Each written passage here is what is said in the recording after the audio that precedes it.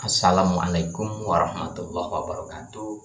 Anak-anak sekalian, jumpa lagi di video pembelajaran kali ini. Kali ini kita akan belajar tema 2, udara bersih bagi kesehatan. Subtema 1, cara tubuh mengolah udara bersih. Dan kita sampai di pembelajaran 4. Seperti biasanya, sebelum memulai pembelajaran, marilah kita berdoa dahulu dengan membaca basmalah. Bismillahirrahmanirrahim. Baiklah, siapkan diri kalian. Pada pembelajaran 4 ini, muatan pelajarannya ada 3, yaitu PPKN, Bahasa Indonesia, dan IPS. Kompetensi dasarnya masih sama seperti di pembelajaran 3 yang lalu. Dan tujuan pembelajarannya ada 3, yaitu 1. Dengan membaca teks dalam buku, siswa dapat menjelaskan informasi terkait pertanyaan apa, siapa, di mana, mengapa, dan bagaimana. 2. Dengan menyimak penjelasan guru dan membaca informasi, siswa mampu menjelaskan pengaruh kegiatan ekonomi terhadap tingkat kesejahteraan masyarakat. 3. Dengan berdiskusi, siswa mampu menjawab pertanyaan tentang pengaruh kegiatan ekonomi terhadap tingkat kesejahteraan masyarakat. Anak-anak, ada bermacam-macam jenis usaha yang memanfaatkan sumber daya alam seperti pertanian, perkebunan, kehutanan, perikanan, dan pertambangan. Ada pula jenis usaha lain yang memanfaatkan sumber daya alam, yaitu usaha pariwisata. Ayo kita pelajari jenis usaha pariwisata ini melalui kegiatan Ayo Membaca di buku siswa halaman 37 yang berjudul Melihat Jejak Merapi di Kaliadem. Kaliadem terletak di lereng Gunung Merapi di Yogyakarta. Dahulu, tempat ini terkenal sebagai lokasi perkemahan yang asri. Fasilitas di areal wisata Kaliadem dahulu cukup komplit. Ada pendopo, gedung pertemuan, kios-kios, warung, gardu pandang, lapangan untuk perkemahan, toilet, dan sebagainya. Akan tetapi, setelah Merapi meletus pada bulan Juni 2006, sebagian besar fasilitas itu lenyap terkubur lahar. Saat ini, wisata di Kaliadem sudah berubah nama menjadi Lava Tour Kaliadem. Sebagian besar pemandangan Kaliadem berupa hamparan pasir dan batuan bekas lahar. Di sana ada bunker atau rolinda, ruang lindung darurat. Bunker ini dibangun untuk tempat berlindung jika tiba-tiba Gunung Merapi menyemburkan awan panas. Di dalam bunker ini ada kamar mandi, tabung oksigen, masker, listrik, dan perlengkapan lainnya. Pintunya 2 lapis terbuat dari lempengan besi setebal 3 cm. Nah anak-anak, dari bacaan tadi, kita dapat membuat beberapa pertanyaan dengan menggunakan kata tanya. Apa, di mana, dan bagaimana.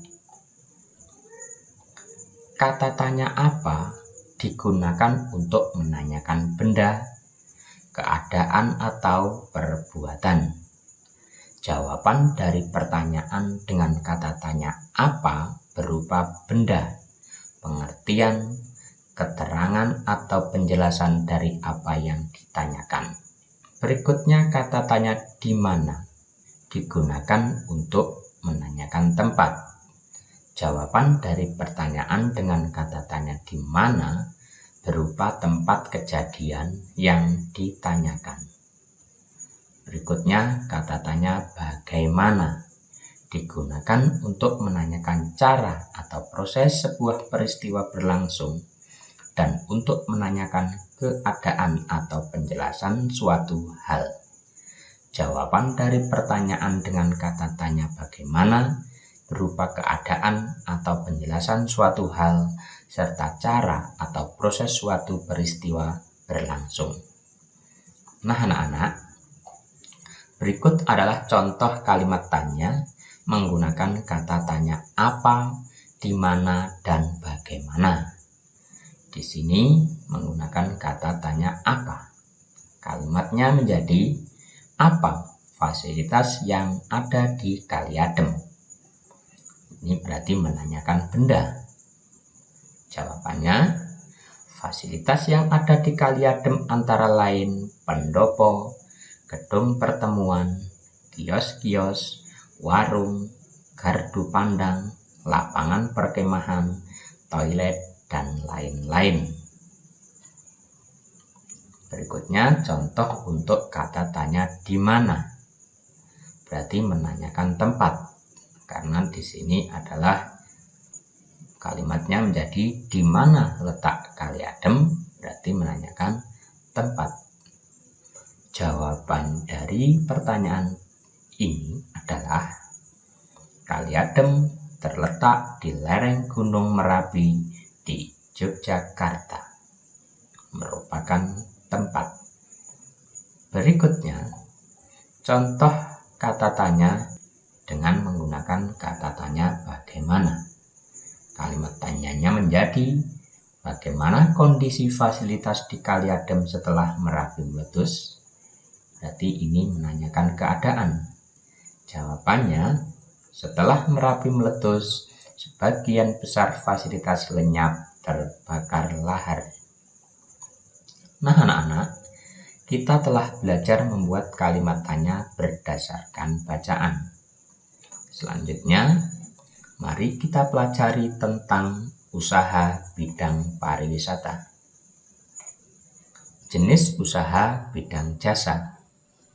Jenis usaha pariwisata merupakan usaha di bidang jasa. Bidang jasa berkaitan dengan pemberian layanan kepada konsumen. Contoh usaha jasa selain pariwisata antara lain perbankan, keuangan, asuransi, kesehatan, dan hukum. Sektor jasa di Indonesia, terutama pariwisata, berkembang pesat. Pesatnya jasa pariwisata didukung potensi panorama alam Indonesia yang elok.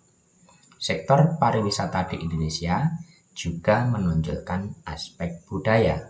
Jadi, wisata di Indonesia selain wisata alam, juga ada wisata budaya. Contoh objek wisata alam adalah danau, pantai, bukit, pegunungan, gunung, surga alam, flora, dan fauna.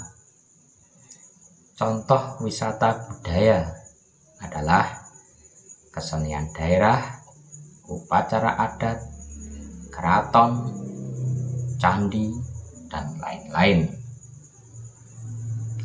Berkembangnya sektor pariwisata menumbuhkan usaha-usaha penunjang jasa pariwisata.